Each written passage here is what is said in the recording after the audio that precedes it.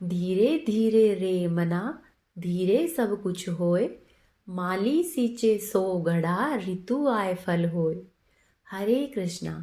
प्रभु श्री हरि और माँ लक्ष्मी आपके जीवन में अपना आशीर्वाद सदा सर्वदा बनाकर रखे। आज आप सुनेंगे मार्गशीर्ष मास महात्म्य के 8वें दिन की कथा। महात्म्य कथा शुरू करने से पहले एक बार हाथ जोड़कर प्रभु से प्रार्थना कीजिए कि हे प्रभु, सुख इतना देना कि आपको भूल नहीं जाए और दुख इतना देना कि आप पर विश्वास बना रहे। तो आइए अब शुरू करते हैं प्रभु श्रीहरि के चरणों में भक्ति बढ़ाने वाली एक बड़ी ही सुंदर सी कथा। कथा शुरू करने से पहले एक बार कमेंट बॉक्स में प्रभु के जयकारे जरूर लगाइए। एक बार की बात है, एक गांव में एक भक्त थे। उनका नाम त्रिलोचन था। वे अपनी पत्नी के साथ निवास करते थे। वे भगवान श्री कृष्ण के बहुत बड़े भक्त थे। भक्त त्रिलोचन जी वर्ण से वैश्य थे। उनका महाजनी का काम था। भगवान की कृपा से उनके पास धन की कोई कमी नहीं थी, परंतु उनको कोई संतान नहीं थी। लेकिन उन्हें संतान नहीं होने का कोई दुख नहीं था। वे सदा ही भगवान की भक्ति में मन लगाए रहते, इसीलिए उन्होंने संतान की कभी भी आशा ही नहीं की। भक्त त्रिलोचन जी की संत सेवा में बहुत निष्ठा थी। वे भगवान श्री कृष्ण के मंदिर में आने वाले सभी दर्शनार्थियों को बड़े ही प्रेम से अपने हाथों से भोजन बनाकर खिलाते। दोनों ही पति पत्नी सारा दिन अपने हाथों से भोजन बनाते और साधु संतों व श्रद्धालुओं को खाना खिलाते। इसीलिए उनके घर पर सदा ही लोगों की भीड़ लगी रहती थी। जितने लोग भगवान श्री कृष्ण के मंदिर में दर्शन के लिए आते, उतने ही लोग त्रिलोचन जी के घर पर प्रसाद खाने आते। दोनों पति पत्नी बड़े ही प्रेम भाव से सभी आगंतुकों की सेवा करते। समय के साथ दोनों पति पत्नी वृद्ध हो गए। वृद्धावस्था के कारण अब उन दोनों से पहले के जितना काम नहीं होता था, इसीलिए कई बार संतों को प्रसाद के लिए इंतजार करना पड़ता था। कई बार संत भी उनके काम में हाथ बटाते, जिसके कारण उन्हें बहुत दुख होता था। धीरे धीरे उनके घर पर आगंतुकों का आना भी कम हो गया। इसी कारण त्रिलोचन जी दुखी रहने लगे। एक दिन त्रिलोचन जी ने अपनी पत्नी से कहा कि अब हम दोनों वृद्ध हो चुके हैं और अब हम दोनों पहले जितना काम नहीं कर पाते, इसीलिए क्यों न हम संतों की सेवा के लिए एक सेवक रख ले, जो संतों की सेवा के काम में हमारी मदद किया करेगा। तब त्रिलोचन जी की पत्नी बोली कि यह तो बहुत अच्छा विचार है। अगर सेवक आ जाएगा तो हम पहले की ही तरह संतों की सेवा कर पाएंगे, लेकिन सेवक ऐसा होना चाहिए जो मन लगाकर साधुओं की प्रेम पूर्वक सेवा कर सके। तब त्रिलोचन जी ने कहा कि ठीक है। त्रिलोचन जी ने अपने घर के बाहर बड़े बड़े अक्षरों में लिख दिया कि यहाँ पर संत सेवा के लिए एक सेवक की आवश्यकता है। कोई सेवा करने वाला व्यक्ति अंदर आकर संपर्क करे। जब भगवान श्री कृष्ण ने त्रिलोचन जी को देखा कि ये कष्ट में है, तब उनसे रहा नहीं गया। अगले दिन स्वयं भगवान श्री कृष्ण एक किशोर बालक का रूप बनाकर उनके घर पर आ गए। उस समय त्रिलोचन जी भगवान के ध्यान में बैठे थे। किशोर बालक त्रिलोचन जी को प्रणाम करके बोले कि साहब जी, आपको सेवक की आवश्यकता है। मैं आपके यहाँ पर सेवक बनकर काम करने के लिए आया हूँ। त्रिलोचन जी और उनकी पत्नी ने देखा कि एक बड़ा ही सुंदर 15 या 16 वर्ष की आयु का बालक है। बालक ने टूटी हुई चप्पल पहनी है और फटे पुराने वस्त्र पहने हुए हैं। यह देखकर त्रिलोचन जी ने पूछा कि बेटा, तुम्हारा क्या नाम है और तुम्हारे घर में कौन कौन है। बालक ने बताया कि मेरा नाम अंतर्यामी है और मैं अकेला ही हूँ, मेरा कोई नहीं है। यह सुनकर त्रिलोचन जी और उनकी पत्नी को बालक पर बहुत दया आई। त्रिलोचन जी ने पूछा कि बेटा, तुम क्या काम करना जानते हो। तब वह बालक बोला कि साहब जी, मैं घर के सभी काम कर लेता हूँ। तब त्रिलोचन जी बोले कि हमारे घर में प्रतिदिन ही सैकड़ों लोगों का भोजन बनता है, क्या तुम रोजाना इतने लोगों का खाना बना लोगे। तब वह बालक बोला कि साहब, आप बिल्कुल चिंता मत कीजिए, भोजन बनाने में तो मुझे विशेष दक्षता प्राप्त है। सैकड़ों लोगों का भोजन बनाना मेरे बाएं हाथ का खेल है। मैं तो भोजन बनाने के साथ साथ आपके घर में झाड़ू, बर्तन और साफ सफाई का काम भी किया करूँगा। यह सुनकर त्रिलोचन जी और उनकी पत्नी बहुत प्रसन्न हुए। उन्होंने सोचा कि यह तो हमें बहुत अच्छा सेवक मिला है। तब त्रिलोचन जी बोले कि ठीक है, तुम यहाँ पर सेवा कर लेना, लेकिन यह तो बताओ कि तुम यहाँ पर सेवा करने का क्या लोगे। तब बालक बोला कि बाबूजी, मुझे बस भरपेट खाना दे देना और रात को सोने के लिए जगह दे देना, मुझे बस इतना ही चाहिए। तब त्रिलोचन जी बोले कि हमारे घर में भोजन की कोई कमी नहीं है, तुम्हारी जितनी इच्छा हो तुम उतना ही भोजन कर लेना, और हमारा घर भी बहुत बड़ा है, हम तुम्हें एक कमरा दे देंगे, तुम वहाँ पर आराम से रहना। वह बालक बोला कि मैं आपके घर के सभी कार्य करूँगा, लेकिन मेरी कुछ शर्तें हैं। तब त्रिलोचन जी बोला कि अच्छा, बताओ तुम्हारी क्या शर्तें हैं। तब बालक बोला कि मैं सभी के लिए भोजन बनाऊंगा, लेकिन मेरे लिए भोजन आप बनाओगे, क्योंकि मैं अपने हाथों से बना हुआ भोजन ग्रहण नहीं करता हूँ। त्रिलोचन जी की पत्नी ने सोचा कि यह बालक छोटा सा है, 2-4 रोटी में ही इसकी भूख शांत हो जाएगी। वह बोली कि ठीक है, मैं तुम्हारे लिए भोजन बना दूंगी। तब वह बालक बोला कि मेरी दूसरी शर्त है, मैं कितना भी भोजन करूं, मुझसे कभी ये मत कहना कि तुम इतना क्यों खाते हो। त्रिलोचन जी बोले कि तुम भरपेट 4-5 रोटी खा लेना, हम तुम्हें कभी भी नहीं टोकेंगे।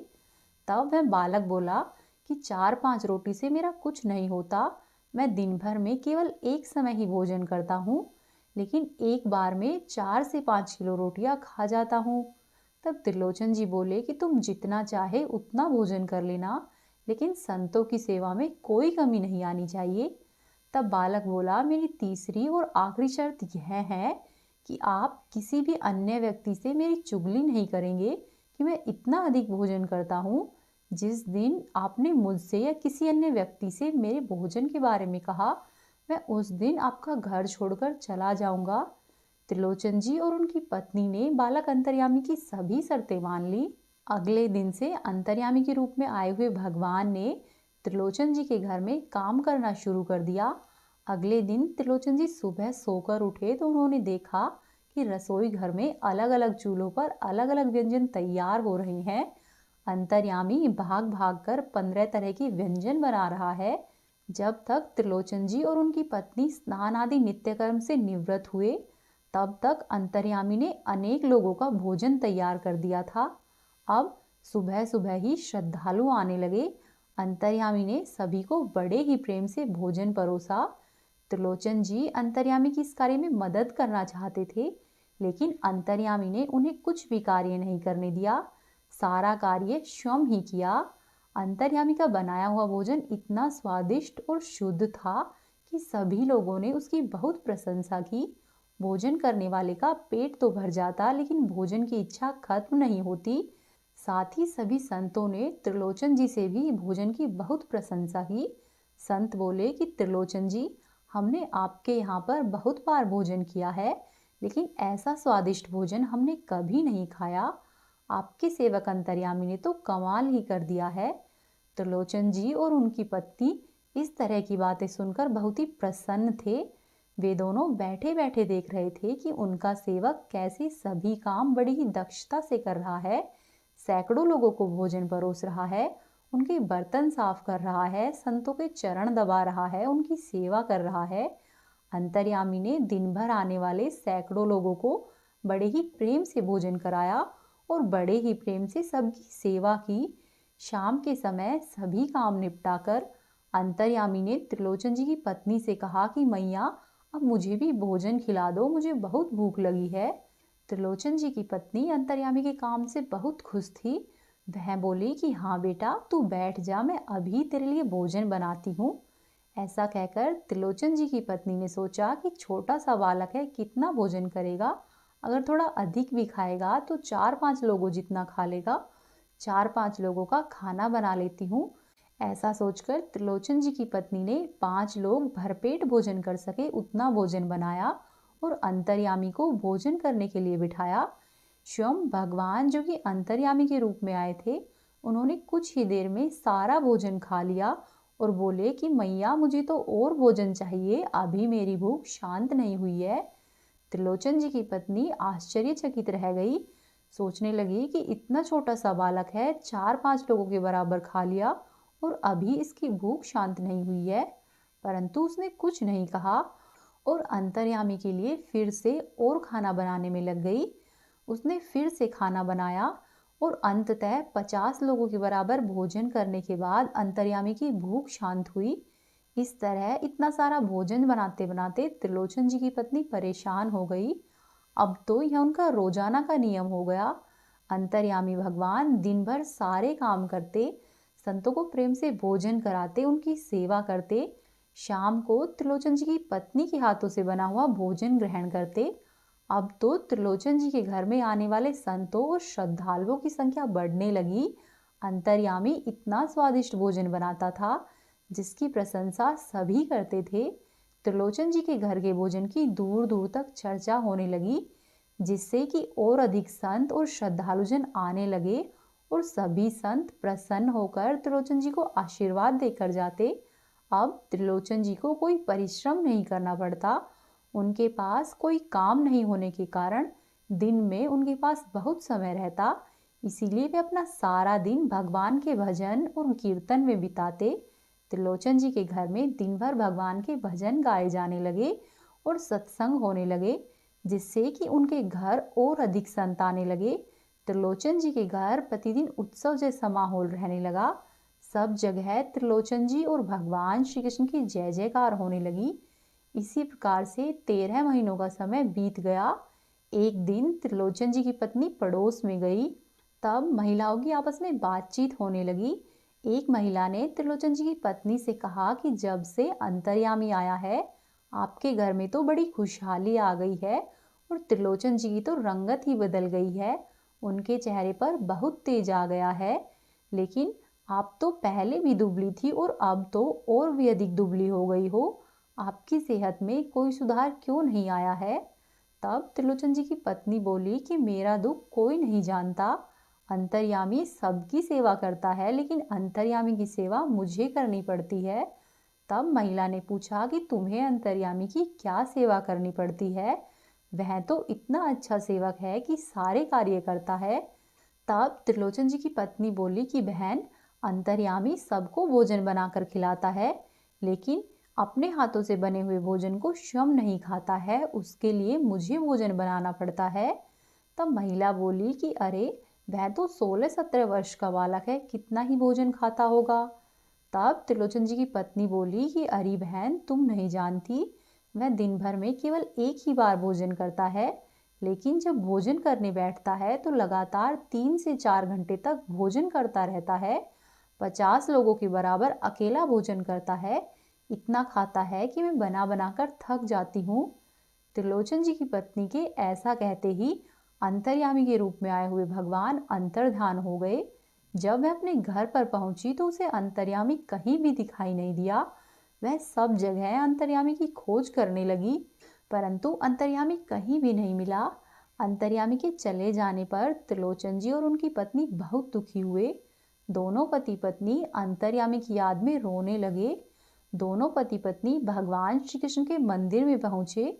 दोनों ने प्रभु से विनती की, बोले कि हे प्रभु, आपने हमें संतान नहीं दी, उसका हमें कोई दुख नहीं, लेकिन एक सेवक हमारे जीवन में आया था, उसके आने से हमारे घर में संतों की सेवा होने लगी, भजन और कीर्तन होने लगे। वह सेवक पुत्र के समान ही हमारी सेवा किया करता था। कृपया करके उस सेवक को हमारे घर पर वापस भेज दो। ऐसा कहकर दोनों पति पत्नी प्रेम के वशीभूत होकर आंखों से आंसू बहाने लगे। तभी उन दोनों को अंतर्यामी की आवाज सुनाई दी कि साहब जी, मैं यहाँ हूँ। दोनों ने आंखें खोली तो उन्होंने पाया कि यह आवाज तो भगवान श्री कृष्ण की मूर्ति से आ रही है। तब भगवान श्री कृष्ण बोले कि आप दोनों ने जीवन भर साधु संतों और मंदिर में आने वाले श्रद्धालुओं की सेवा की है, इसीलिए आप लोगों पर प्रसन्न होकर मैं स्वयं अंतर्यामी का रूप लेकर आपके घर कार्य करने में आपकी सहायता करने आया था। यदि आप चाहोगे तो मैं फिर से आपकी सहायता करने आ जाऊंगा। इतना सुनते ही त्रिलोचन जी भावुक होकर और अधिक विलाप करने लगे। वे बोले कि हे प्रभु, हम जैसे तुच्छ प्राणियों के घर आप नौकर बनकर आए, आपने हमारी सेवा की, हमारे लिए भोजन पकाया, हमारे बर्तन धोए। हे प्रभु, हम लोग अज्ञानतावश आपको पहचान नहीं पाए, आपसे सेवा कराकर हमसे बहुत बड़ा पाप हो गया। तब भगवान बोले कि तुमसे कोई पाप नहीं हुआ है, हम स्वयं ही तुम्हारी भक्ति से प्रसन्न होकर सहायता करने आए थे। आप दोनों शोक से रहित होकर अपने घर पर जाओ और शीघ्र ही आप दोनों मुक्त होकर हमारे धाम को आओगे और हमारा सानिध्य प्राप्त करोगे। फिर दोनों पति पत्नी अपने घर पर वापस आ गए और उचित समय आने पर दोनों ने देह त्याग दी और स्वयं भगवान में विलीन हो गए। अब आप सुनिए महात्म्य कथा में आगे का वृतांत। नारायण कहते हैं कि नारद तदंतर इंद्रदेव, गुरु बृहस्पति तथा अन्य सभी देवताओं को अपने साथ में लेकर लक्ष्मी जी की प्राप्ति के लिए प्रसन्न मन से शीघ्र ही क्षीर सागर के तट पर गया। वहां पर उसने अमूल्य रत्नों की गुटिका से कवच को अपने गले में बांधा और फिर से उस दिव्य स्रोत का मन ही मन स्मरण किया। फिर सभी देवताओं ने भक्ति भाव से लक्ष्मी जी का स्तवन किया। उस समय उन सब के सिर भक्ति के कारण झुके हुए थे और उनके नेत्रों में आंसू छलक आए थे। वे अत्यंत ही दीन वाणी से लक्ष्मी जी की स्तुति कर रहे थे।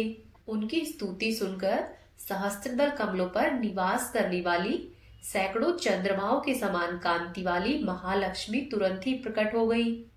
तदंतर जगत का धारण और पोषण करने वाली लक्ष्मी ने देवताओं से यथोचित एवं हितकारक वचन कहे।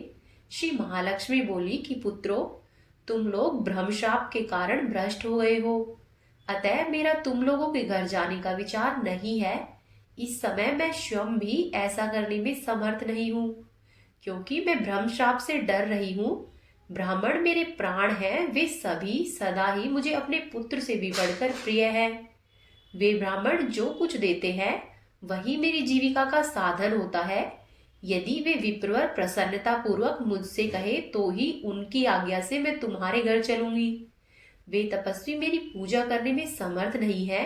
जब अभाग्य का समय आता है तभी वे गुरु, ब्राह्मण, देव, सन्यासी अथवा वैष्णव द्वारा श्रापित होते हैं, जो सबके कारण ऐश्वर्यशाली, सर्वश्रेष्ठ और सनातन है।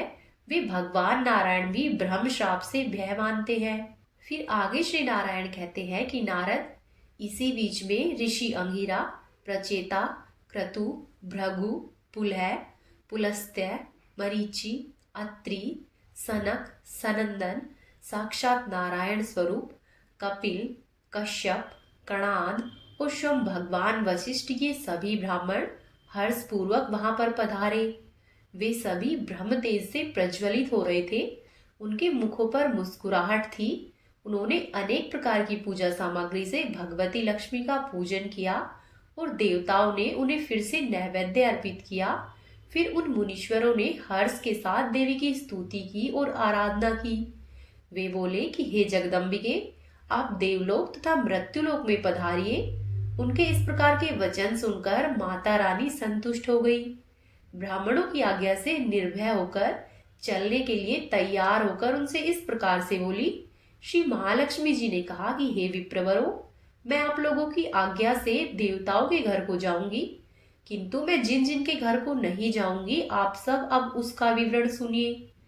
पुण्यात्मा गृहस्थों और उत्तम नीति के जानकार राजाओं के घर में तो मैं अवश्य निवास करूंगी और पुत्र की ही भांति उनकी रक्षा भी करूंगी।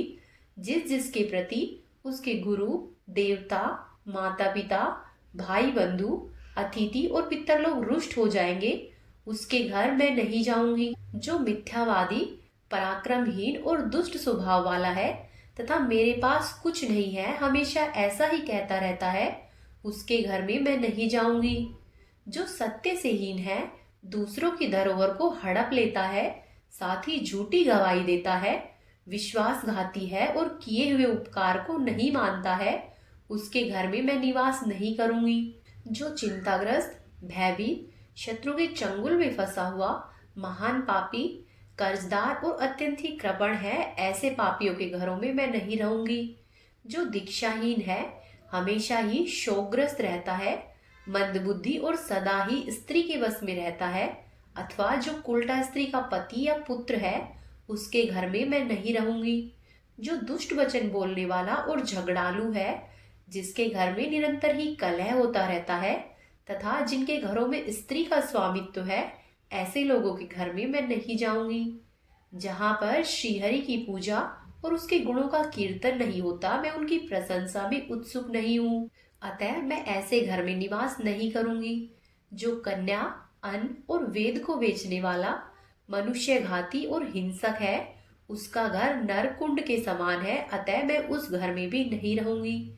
जो कृपणतावश माता पिता, भार्या, गुरु पत्नी, गुरु, पुत्र, अनाथ बहन और आश्रयहीन बांधवों का पालन पोषण नहीं करता है तथा सदा ही धन के संग्रह में लगा रहता है, उस नरक कुंड समान घर में मैं नहीं रहूंगी। जिसके दांत और वस्त्र मलिन है, मस्तक रूखा और ग्रास तथा हाश विकृत रहते हैं, उसके घर में मैं नहीं जाऊंगी।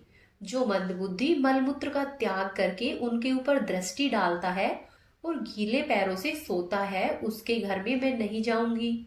जो बिना पैर धोए सोता है और जो पहले मस्तक पर तेल लगाकर पीछे उस तेल से अन्य अंगों का स्पर्श कराता है अथवा सारे शरीर में तेल लगाता है, मैं उसके घर में नहीं जाऊंगी। जो नाखूनों से तिनके को तोड़ता है और नाखूनों से ही भूमि को कुरेदता है तथा जिसके शरीर व पैर पर मैल जमा रहती है, उसके घर में मैं नहीं जाऊंगी। जो अपने द्वारा अथवा पराये के द्वारा दी हुई ब्राह्मणों की भिक्षा या फिर उनकी दक्षिणा को स्वयं रखता है, वह चाहे ज्ञान वाला व्यक्ति ही क्यों न हो, मैं उसके घर में नहीं रहूंगी। जो मूर्ख कर्म करके दक्षिणा नहीं देता है, वह शठ पापी और पुण्यहीन है, उसके घर में मैं नहीं जाऊंगी। जो क्रोधवश विवाह अथवा धर्म कार्य को काट देता है तथा जो स्त्री के साथ दिन में प्रसंग करता है, मैं उसके घर में नहीं जाऊंगी। नारद इतना कहकर महालक्ष्मी अंतर्ध्यान हो गई और फिर उन्होंने देवताओं के घर तथा मृत्युलोक की ओर देखा। तब सभी देवता और मुनिगण आनंद पूर्वक महालक्ष्मी को प्रणाम करके अपने अपने स्थान की ओर चले गए। उस समय उनके ग्रह को शत्रुओं ने छोड़ दिया और फिर से स्वर्ग में दुंदुभियां बजने लगी, फूलों की वर्षा होने लगी और उत्सव मनाए जाने लगे। इस प्रकार देवताओं ने अपना राज्य और स्थिर लक्ष्मी को फिर से पाया। वत्स, इस प्रकार मैंने लक्ष्मी जी के उत्तम चरित्र का, जो कि सुखदायक, मोक्ष देने वाला और सार रूप है, उसका वर्णन किया है। अब तुम और क्या सुनना चाहते हो? तब नारद जी ने पूछा कि हे प्रभु, श्रीहरि के अंश से उत्पन्न हुए महाभाग नारायण, आपकी कृपा से मैंने गणेश जी का सारा चरित्र सुन लिया है, किंतु ब्राह्मण विष्णु भगवान ने उस बालक के धड़ पर गजराज के 2 दांतों वाला मुख जोड़ा था, फिर वह शिशु एक दंत कैसे हुआ, उसका वह दूसरा दांत कहाँ पर चला गया, वह सब प्रसंग बताने की कृपा कीजिए, क्योंकि आप सर्वेश्वर, सर्वज्ञ, कृपालु और भक्तवत्सल है। नारायण ने कहा कि नारद, एक दंत का चरित्र संपूर्ण मंगलों का भी मंगल करने वाला है, तुम उसे सुनो। एक समय की बात है, राजा कार्तवीर्य शिकार खेलने के लिए वन में गया। वहां पर वह बहुत से वन्य पशुओं का वध करके थक गया। इतने में ही सूर्यास्त हो गया। तब उस राजा ने सायकाल में अपनी सेना के सहित वन में ही जमदाग्नि ऋषि के आश्रम के निकट पड़ाव डाल लिया और बिना कुछ खाए पिए वह रात्रि व्यतीत की। प्रातःकाल राजा ने सरोवर में स्नान किया और पवित्र होकर अपने शरीर को अलंकृत करके दत्तात्रेय द्वारा दिए गए मंत्र का भक्ति पूर्वक जाप करने लगा। मुनिवर जमदाग्नि ने देखा कि राजा के कंठ, ओष्ठ और तालु सूख गए हैं। तब उन्होंने प्रेम के साथ आदर पूर्वक कोमल वाणी से राजा का कुशल समाचार पूछा। तदंतर राजा ने बड़ी ही उतावली के साथ सूर्य के समान तेजस्वी मुनि को प्रणाम किया और मुनि के चरणों में पड़े हुए राजा को बहुत ही शुभ आशीर्वाद मिला। राजा ने अपने उपवास आदि का सारा वृतांत मुनि से कह सुनाया। तब मुनि ने तुरंत ही डरते डरते राजा को भोजन का निमंत्रण दे दिया। इसके बाद मुनि श्रेष्ठ जमदाग्नि हर्ष पूर्वक अपने आश्रम को लौट आए। वहां पर उन्होंने लक्ष्मी के समान माता कामधेनु से सारा वृतांत कह सुनाया। तब कामधेनु भयभीत हुए मुनि से इस प्रकार से बोली कि मुने, मेरे रहते हुए आपको कैसा भय है? आप तो मेरे द्वारा सारे जगत को भोजन कराने में समर्थ है, फिर इस राजा की तो क्या बात है? आप राजाओं के भोजन योग्य त्रिलोकी में दुर्लभ जो जो वस्तुएं बोलेंगे, मैं उन सबको उपलब्ध करा दूंगी। वह सब की सब मैं आपको प्रदान करूंगी। तदंतर कामधेनु ने अनेक प्रकार के भोजन करने योग्य सोने और चांदी के बर्तन, असंख्य भोजन बनाने के पात्र और बहुत से स्वादिष्ट पदार्थों से परिपूर्ण बर्तन मुनि को दिए। फिर अनेक प्रकार के स्वादिष्ट व पके हुए कटहल, आम, नारियल और बेल के फल प्रदान किए। नारद, स्वादिष्ट लड्डुओं की तो असंख्य ढेरियां लग गई। जौ और गेहूं के आटे से बनी हुई पूड़ियाँ और भांति भांति के पकवानों का पर्वत, साथ ही साथ उत्तम उत्तम अन्नों का ढेर लग गया। दूध, दही और घी की नदियां बह चली। शक्कर का ढेर तथा मोदकों का पहाड़ लग गया। उत्तम धान के चिवड़ों का पर्वत लगा दिया गया। फिर कौतुकवशी राजाओं के योग्य पूर्णतः कर्पूर आदि से युक्त सुवासित तांबुल और सुंदर वस्त्राभूषण प्रदान किए। इस प्रकार सामग्री से संपन्न हो जाने पर मुनि ने खेल ही खेल में सेना के सहित राजा को मनोहर पदार्थ देकर भोजन कराया।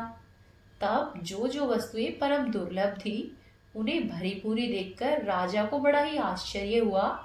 फिर राजा उन बर्तनों को देखकर अपने सचिव से इस प्रकार से कहने लगा।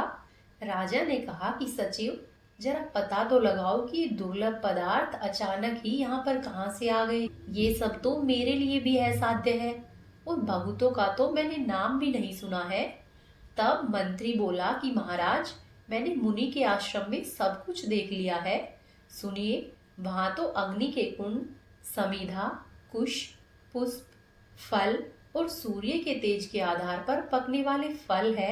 वह संपूर्ण संपत्तियों से रहित है। वहां पर मैंने यह भी देखा है कि सभी लोग जटाधारी है और वृक्षों की छाल ही उनके वस्त्र है। परंतु आश्रम के एक भाग में मैंने एक मनोहर कपिला गाय को देखा है। उसके अंग बड़े ही सुंदर है। चांदनी की सी उसकी कांति है और लाल कमल के समान उसके नेत्र है। पूर्णिमा के चंद्रमा की तरह वह कांतिमान है। वह गाय बहुत ही तेजस्विनी है। वह साक्षात लक्ष्मी जी की तरह संपूर्ण संपत्तियों और गुणों की आधार है। तदंतर मंत्री के कहने पर वह दुर्बुद्धि राजा मुनि से उस गाय की याचना करने के लिए तैयार हो गया, क्योंकि वह उस समय सर्वथा ही कालपाश से बंधा हुआ था। भला पुण्य अथवा उत्तम बुद्धि क्या ही कर सकती है, क्योंकि होनहार ही सब तरह से बली होती है। जो होना होता है वो होकर रहेगा। इस कारण पुण्यवान एवं बुद्धिमान होकर भी राजा कार्तवीर्य देववश ब्राह्मण से याचना करना चाहता है। तदंतर माया से घिरे हुए उस राजा ने यत्न पूर्वक मुनि को अपने पास बुलवाया और हर्ष के साथ अंजलि बांधकर यानी कि हाथों को जोड़कर भक्ति पूर्वक उनसे विनयपूर्ण वचन बोला। राजा ने कहा कि भक्तों पर अनुग्रह करने के लिए तैयार रहने वाले भक्तेश, आप तो कल्पतरु के समान हैं। अतः मुझ भक्त को कामना पूर्ण करने वाली इस कामधेनु को भिक्षा के रूप में दीजिए। हे तपोधन, आप जैसे दाताओं के लिए भारतवर्ष में कोई भी वस्तु अदेय नहीं है। मैंने सुना भी है कि पूर्व काल में दधीची ने देवताओं को अपनी हड्डियां दे डाली थी। हे तपोराशि, आप तो भारतवर्ष में लीला पूर्वक भूश्रम मात्र से ही समूह की समूह कामदेव की सृष्टि करने में समर्थ है। तब मुनि ने कहा कि हे राजन, आश्चर्य है, तुम तो उल्टी बात कर रहे हो। अरे मूर्ख एवं छली नरेश, मैं ब्राह्मण होकर भी क्षत्रिय को दान कैसे दूंगा। इस कामधेनु को परमात्मा श्री कृष्ण ने गोलोक में यज्ञ के अवसर पर ब्रह्मा को दिया था। अतः प्राणों से बढ़कर प्यारी यह गाय देने योग्य नहीं है। भूमिपाल फिर ब्रह्मा जी ने इसे अपने प्रिय पुत्र भृगु को दिया और भृगु ने मुझे दिया। इस प्रकार यह कपिला मेरी पैतृक संपत्ति है। यह कामधेनु गोलोक में उत्पन्न हुई है, अतः त्रिलोकी में दुर्लभ है। तब भला मैं लीला पूर्वक ऐसी कपिला गाय की सृष्टि करने में समर्थ कैसे हो सकता हूँ। न तो मैं हलवाहा हूँ और न ही तुम्हारी सहायता से बुद्धिमान हुआ हूँ। मैं अतिथि को छोड़कर शेष सबको क्षण मात्र में भस्म करने की शक्ति रखता हूँ। अतः अपने घर को जाओ और स्त्री पुत्रों को देखो। मुनि के इस प्रकार के वचन सुनकर राजा को क्रोध आ गया। तब वह मुनि को नमस्कार करके सेना के मध्य में चला गया। उस समय भाग्य ने उसे बाधित कर दिया, अतः क्रोध के कारण उसके होंठ फड़क रहे थे। उसने सेना के निकट जाकर बलपूर्वक गाय को लाने के लिए नौकरों को भेजा। इधर शोक के कारण जिसका विवेक नष्ट हो गया था, वे मुनिवर जमदाग्नि कपिला के पास गए और वहां पर जाकर रोने लगे। उन्होंने सारा वृतांत कपिला गाय से कह सुनाया। तब भक्तों पर अनुग्रह करने के लिए तैयार रहने वाली गाय, जो कि साक्षात लक्ष्मी रूपा थी, ब्राह्मण को रोते हुए देखकर बोली कि मुनि जो निरंतर ही अपनी वस्तु का शासक, पालक और दाता है, चाहे वह इंद्र हो अथवा हलवाहा हो, वही अपनी वस्तुओं का दान कर सकता है। हे तपोधन, यदि आप इच्छा के अनुसार मुझे राजा को देंगे, तभी मैं स्वेच्छा से अथवा आपकी आज्ञा से उसके साथ जाऊंगी। यदि आप मुझे नहीं देंगे तो मैं आपके घर से नहीं जाऊंगी। आप मेरे द्वारा दी गई सेना के संहार से राजा को भगा दीजिए। हे सर्वज्ञ, माया से विमुक्त चित होकर आप क्यों रो रहे हैं? अरे ये संयोग वियोग तो काल के अधीन है, आत्मकृत नहीं है। आप मेरे कौन हैं और मैं आपकी कौन हूँ? यह संबंध तो काल के द्वारा बनाए गए हैं। जब तक ये संबंध है तभी तक आप मेरे हैं। मन जिन वस्तु का जब तक अपना मानता है तभी तक उस पर अपना अधिकार समझता है और तभी तक उसके वियोग से दुख होता है। इतना कहकर कामधेनु ने सूर्य के समान कांतिमान अनेक प्रकार के शस्त्र शास्त्र और सेनाएं उत्पन्न कर दी। उस कपिला के मुखादि अंगों से करोड़ों करोड़ों खड्गधारी, शूलधारी, धनुषधारी, दंड, शक्ति और गदाधारी शूरवीर निकल आए। करोड़ों वीर राजकुमार और मलेच्छ निकले। इस प्रकार कपिला ने मुनि को सेना देकर उनको निर्भय किया और कहा कि हे मुनि, अब ये सेनाएं युद्ध करेगी, आप वहां पर मत जाइए। उस सामग्री से संपन्न होने के कारण मुनि को महान हर्ष हुआ। इधर राजा के द्वारा भेजे गए भृत्य ने लौटकर राजा को सारा वृतांत बताया। कपिला की सेना का वर्णन सुनकर, अपने पक्ष की पराजय सुनकर राजा कार्तवीर्य भयभीत हो गया। उसके मन में कातरता छा गई। तब उसने दूत भेजकर अपने देश से और सेना मंगवाई। ऋषि जमदाग्नि और राजा कार्तवीर्य के बीच युद्ध किस तरह से हुआ और किस तरह से युद्ध का समापन हुआ, यह आप जानेंगे कल के अध्याय में। अब आप सुनिए श्री सूर्य कष्टम का पाठ। ओम गृहणी सूर्याय नमः। आदिदेव नमस्तुभ्यं प्रसिद्धं मम भास्करं। दिवाकर नमस्तुभ्यं प्रभाकर नमोस्तुते। सप्ताश्वरथमारूढं प्रचण्डं कश्यपात्मजं। श्वेतपद्मधरं देवं तं सूर्यं प्रणमाम्यहं। लोहितं रथमारूढं सर्वलोकपितामहं। महापापहरं देवं तं सूर्यं प्रणमाम्यहं। त्रैगुण्यं च महाशूरं ब्रह्मा विष्णुमहेश्वरं। महापापहरं देवं तं सूर्यं प्रणमाम्यहं। ब्रहितं तेजपुञ्जं च वायुमाकाशमेव च प्रभुं च सर्वलोकानां तं सूर्यं प्रणमाम्यहं। बन्दुकपुष्पसङ्काशं हारकुण्डलभूषितम् एकचक्रधरं देवं तं सूर्यं प्रणमाम्यहं। तं सूर्यं जगत्कर्तारं महातेजप्रदीपनं। महापापहरं देवं तं सूर्यं प्रणमाम्यहं। तं सूर्यं जगतामनाथं ज्ञानविज्ञानमोक्षदं। महापापहरं देवं तं सूर्यं प्रणमाम्यहं। ओम गृहणी सूर्याय नमः। तो ये थी आज की महात्म्य कथाएं। उम्मीद है आपको पसंद आई होगी। यदि आपने अभी तक चैनल को सब्सक्राइब नहीं किया है तो आपसे अनुरोध है कि चैनल को सब्सक्राइब कर ले, वीडियो को लाइक कीजिए और वीडियो को शेयर कीजिए। साथ ही कमेंट बॉक्स में अपने सुझाव जरूर दें। आपका दिन शुभ और मंगलमय हो। राधा रानी और कान्हा जी अपनी कृपा आप पर सदा सर्वदा बनाकर रखे।